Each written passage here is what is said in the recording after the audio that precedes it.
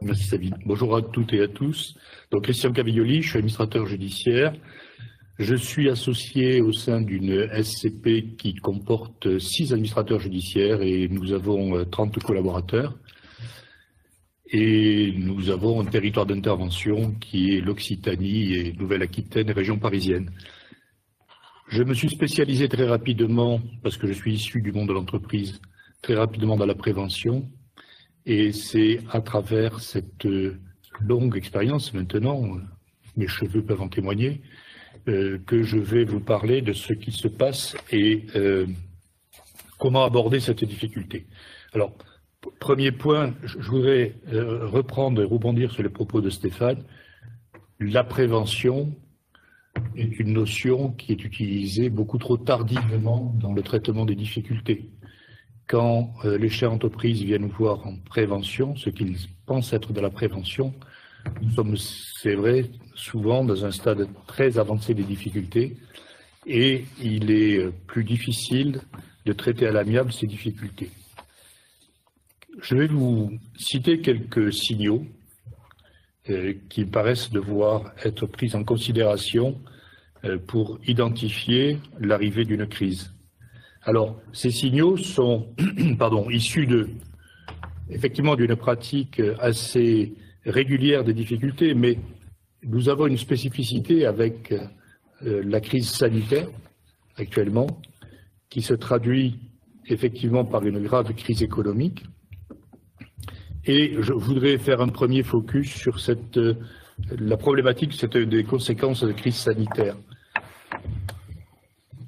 Actuellement, nous avons des entreprises qui, par les mesures gouvernementales, ont été accompagnées, soutenues en trésorerie dans les difficultés qu'elles rencontraient.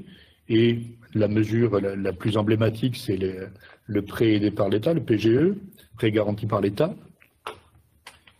Et nous avons donc actuellement dans la reprise d'activité, me semble-t-il, la particularité suivante, qu'on ne connaissait pas dans les autres activités, c'est une situation de trésorerie qui est plutôt satisfaisante car les PGE sont là pour répondre à la trésorerie court terme, mais quand on se projette un peu au-delà du redémarrage de l'activité, on va se rendre compte que la structure bilancielle de l'entreprise est dégradée car elle aura dû constater l'année précédente, par exemple 2020, de sous-activité par des pertes d'exploitation qui vont entamer ses capitaux propres.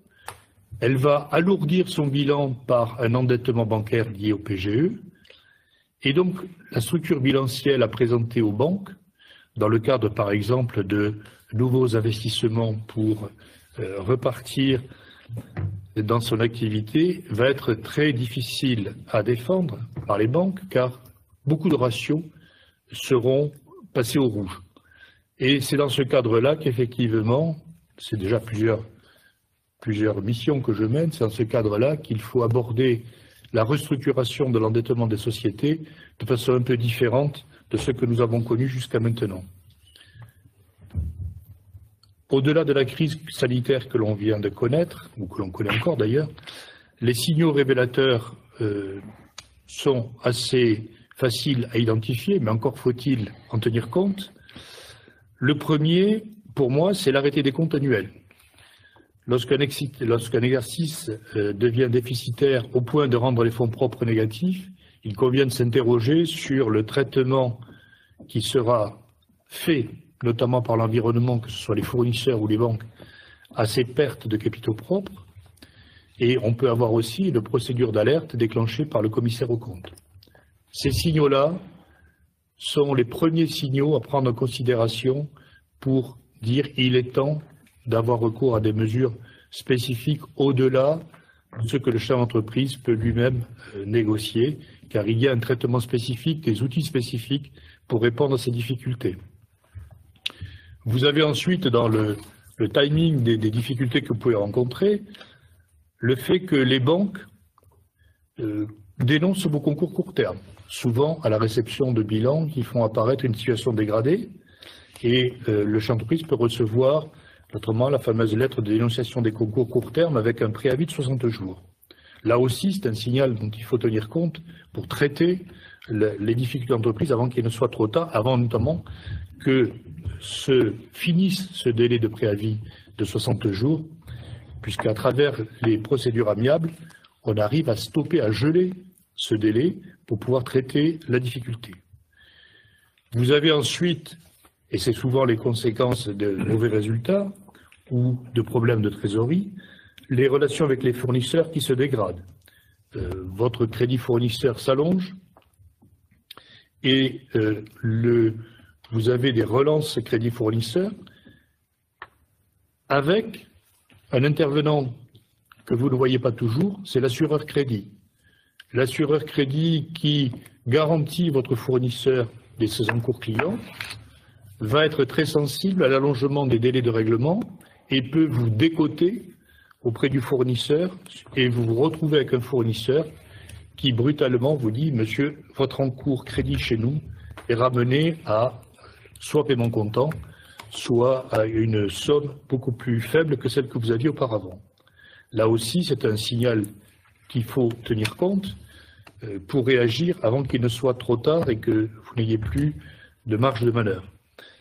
Dans les points que l'on voit, et la crise sanitaire vient de les mettre en avant, ça peut être la perte d'un client ou une chute brutale de chiffre d'affaires avec un client qui est un des clients majeurs pour lequel vous êtes en situation de dépendance économique. Et là aussi, il faut savoir interpréter très vite ce signal pour mettre en place des solutions. Ça, c'est l'aspect économique, financier, des difficultés que vous pouvez rencontrer. Mais nos missions ne s'arrêtent pas à cela. Elles sont très variées et j'ai relevé quelques exemples de missions pour vous éclairer sur le type d'aide que peuvent vous apporter ces procédures-là. J'ai, par exemple, relevé une mission dans laquelle une société qui a développé 2 activités décide de les scinder, de les séparer pour en créer deux sociétés indépendantes. Et là se pose le problème de comment séparer ces activités. On est naturellement une bonus, il n'y a pas de difficulté. Comment séparer ces activités de façon sécure? Eh bien, l'assistance du mandat ad hoc ou d'un conciliateur est là pour effectivement aider au pilotage de cette séparation et mettre en place toutes les procédures qui permettent de sécuriser les actionnaires quant à l'action qu'ils ont menée, si par la suite, c'est en fait le but qui est poursuivi, si par la suite il y avait une difficulté qui remettrait en cause, dans le cadre de procédures, qui remettrait en cause cette séparation. De la même façon, il y a aussi le fait de céder une filiale à un autre groupe, où les salariés se sont révélés très inquiets de cette séparation. Il a fallu les accompagner, les aider, c'était la mission du conciliateur que j'étais, pour veiller d'une part à ce que leurs droits soient garantis dans le cadre de cette externalisation, et par ailleurs pour les rassurer quant à la pérennité de la solution mise en place. Voilà, de manière très rapide,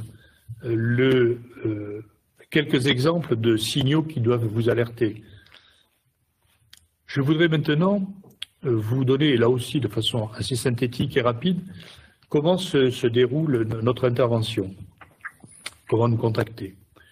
Bien, comme pour le tribunal de commerce, effectivement, nous recevons les dirigeants et leurs conseils lors d'un premier rendez-vous, de façon bien sûr totalement anonyme, puisque là ça se passe dans nos bureaux, et nous essayons, avec tous ensemble, premièrement, de partager un diagnostic.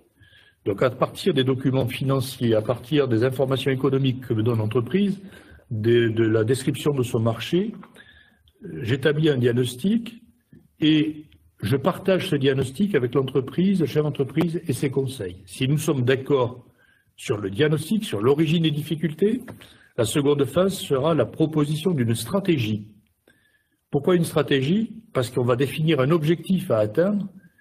Et la meilleure façon d'atteindre l'objectif, c'est d'avoir une stratégie pour ce faire.